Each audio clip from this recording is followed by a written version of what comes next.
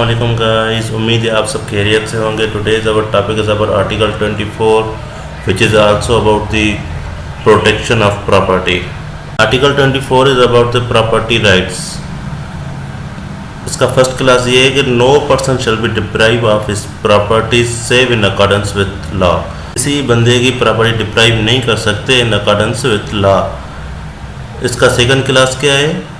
No property shall be compulsory acquired or taken possession of save for the public purpose and save by the authority of law which provide for the compensation therefore and either fix the amount of compensation or specify the principle on and the manner in which the compensation is to be determined and given। Second class में हमें ये बताता है कि कोई property जो है compulsory taking नहीं कर सकते except for the public purpose. अगर उसमें पब्लिक पर्पज़ है तो वो अक्वायर कर सकते हैं। कौन अक्वायर कर सकता है? जो अथॉरिटीज़ हैं, और उसके लिए आपको कंपनसेशन दी जाएगी। और कंपनसेशन कौन देगा? वही अथॉरिटीज़ आपको कंपनसेशन देंगी। और जो कंपनसेशन है वो लॉ के हिसाब से फिक्स भी हो सकता है। इसका थर्ड क्लास ये है कि nothing in this article shall affect the validity of this article. इसके थर्ड क्लास में हमें ये बताता है कि ये आर्टिकल कहाँ पे अप्लाई नहीं होगा या कहाँ पे इसकी वैलिडिटी नहीं है। इसका एक क्लास है any law permits the compulsory acquisition और taking position of any property for the preventing danger to life property और पब्लिक हेल्थ। कोई ऐसी प्रॉपर्टी जो कि कंपल्सरी हो अक्वायर करना, जैसे उसमें जो है ना डेंजर ऑफ लाइफ हो या उसमें पब्लिक हेल्थ की डेंजर हो या किसी इस चीज़ की डेंजर हो, तो वो आपसे अक्वायर कर सकते हैं। इसमें आप ये क्लेम नहीं कर सकते कि आपके साथ ज़्यादती हुई है, ये आप क्लेम नहीं कर सकते इसमें। इसका क्लास बी कहता है any law permits the taking over of any property which has been acquired by और come to the position of any person by unfair means और any manner contrary to law.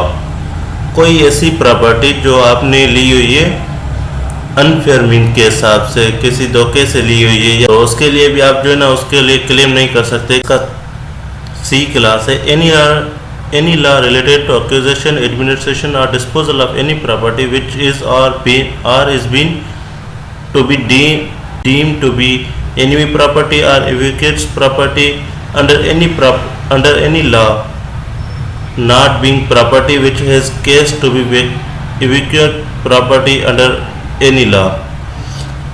अगर आप enemy की property accuse कर रहे हैं, acquire कर रहे हैं, अगर आप एनिमी की प्रॉपर्टी अक्वायर कर रहे हैं या कोई जो घर खाली है, किसी का वारिस नहीं है, उस घर का कोई वारिस नहीं है, अगर वो प्रॉपर्टी अक्वायर कर रहे हैं तो उसके लिए अगर आपसे कोई एक्विजिशन ली जा रही है तो आप उसके लिए भी क्लेम नहीं कर सकते कि आपके साथ कोई ज़्यादती हो रही है। इसका डी क्लास है any law providing for the taking over of management of any property by the state for limited period either in public interest और in order to secure proper management of property और for the benefit of its own owner. आपसे कोई property अगर ली जा रही है कोई limited period के लिए for the interest of public और in order to secure proper management, या तो पब्लिक इंटरेस्ट के लिए ली जा रही है या प्रॉपर मैनेजमेंट के लिए ली जा रही है, तो उसको भी आप क्लेम नहीं कर सकते।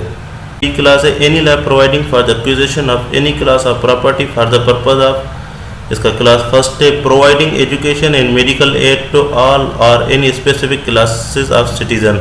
अगर आपसे कोई प्रॉपर्टी ली जा रही है कोई एजुकेशन पर्पज़ के लिए या मेडिकल पर्पज़ के लिए ली जा रही है तो वो आप कर सकते हैं। इसका ई का सेकंड क्लास है providing housing and public facilities and the services such as roads water supply sewerage gas electric power to all और any specific class of citizen. कोई ऐसी प्रॉपर्टी आपसे ली जा रही है जिसका पर्पज़ ये हो कि पब्लिक को फैसिलिटेट करना या उसको कोई सर्विस देना, सच जैसे कि उसको जो है रोड की फैसिलिटी देना, वाटर सप्लाई की फैसिलिटी देना या इलेक्ट्रिसिटी की कोई इलेक्ट्रिक पावर के लिए कोई फैसिलिटी या स्पेसिफिक क्लास ऑफ पीपल का कोई फैसिलिटी देने के लिए भी आपसे वो प्रॉपर्टी अक्वायर कर सकते हैं। इसका थर्ड क्लास है providing maintenance to those who are on account of unemployment sickness infinity और old age are unable to maintain themselves. इसका मतलब ये है कि मेंटेन करना ओल्ड हाउसेस को मेंटेन के पर्पस के लिए भी आपसे वो प्रॉपर्टी ली जा सकती है। और इस आर्टिकल का एक क्लास है, एनी एग्जिस्टिंग लॉ और any law made in pursuance of article 253।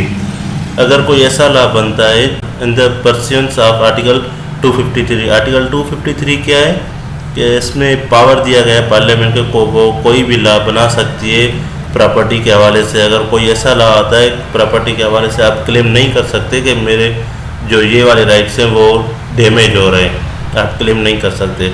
इसका क्लास 4 है, द एडिक्वेसी और other purpose of any compensation provided for by any such law as it referred to in this article are determined in the pursuance thereof shall not be called in the question in court। इसका मतलब यही है कि जो compensation आपको दी जा रही है वो आप कोर्ट में क्लेम नहीं कर सकते।